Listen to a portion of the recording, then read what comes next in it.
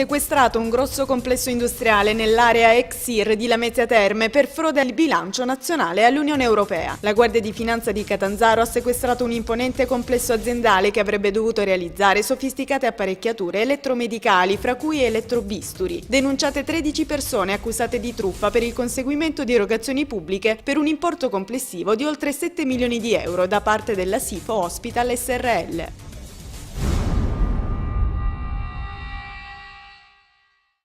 È approdata poco prima delle 11 al CPA Sant'Anna di Isola Caporizzuto la delegazione del Comitato parlamentare Schengen, Europol, Immigrazione, guidata da Margherita Bonivere e composta dai deputati Ida Di Ippolito Vitale, Vincenzo Taddei e dai senatori Massimo Livi Bacci e Pier Giorgio Stiffoni. La visita nell'ambito dell'emergenza provocata dai massicci sbarchi di immigrati. La delegazione ha incontrato rappresentanti delle istituzioni e delle amministrazioni locali e gli operatori delle associazioni.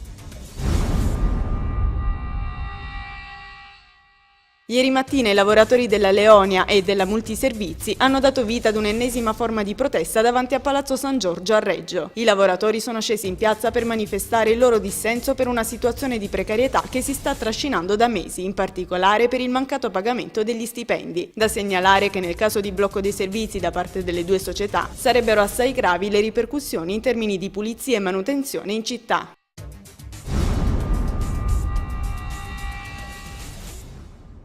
C'è indubbiamente una carenza di risorse economiche, ma a monte c'è un problema di scelte politiche per le quali dobbiamo impegnarci. È univoca l'analisi dei rappresentanti della Regione Calabria intervenuti all'incontro istituzionale organizzato a Catanzaro dall'Unione Regionale dei Consorzi di Bonifica Calabresi. Secondo l'assessore Trematerra serve una riorganizzazione delle competenze. A richiedere maggiore attenzione ai problemi del territorio da parte delle istituzioni, il presidente del Consorzio di Bonifica Ionio Catanzarese Roberto Torchia.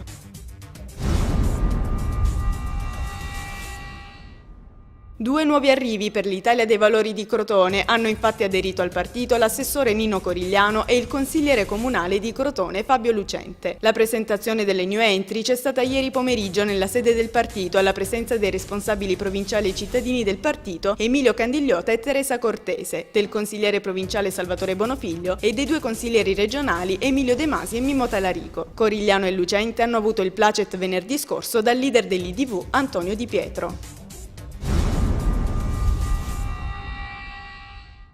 Il candidato a sindaco di Reggio Calabria, Massimo Canale, ha promosso una conferenza stampa per illustrare il suo programma di governo. Canale ha evidenziato di essere pronto ad un confronto diretto con il centro-sinistra e di credere fortemente nell'unità dello schieramento. Ha invocato poi una maggiore partecipazione della città. Sta infatti girando con un pulmino raccogliendo le proposte e le idee dei giovani che da mesi condividono il sogno di poter mutare questa città, mettendo fine così ad un periodo politico che ha portato solo ombre. Calabria Gogò sul palco del Festival di Sanremo nella serata di ieri. Sul fronte musicale da registrare il passaggio del turno di Micaela Foti, la 17enne cantante regina che dopo l'accusa di plagio ha sbaragliato la concorrenza dei giovani ed è volata nella finale del concorso. Sul palco però la Calabria era rappresentata anche dal maestro orafo crotonese Michele Affidato, che ha realizzato il premio andato ad Albano nella serata dedicata all'Unità d'Italia per l'interpretazione di Va Pensiero.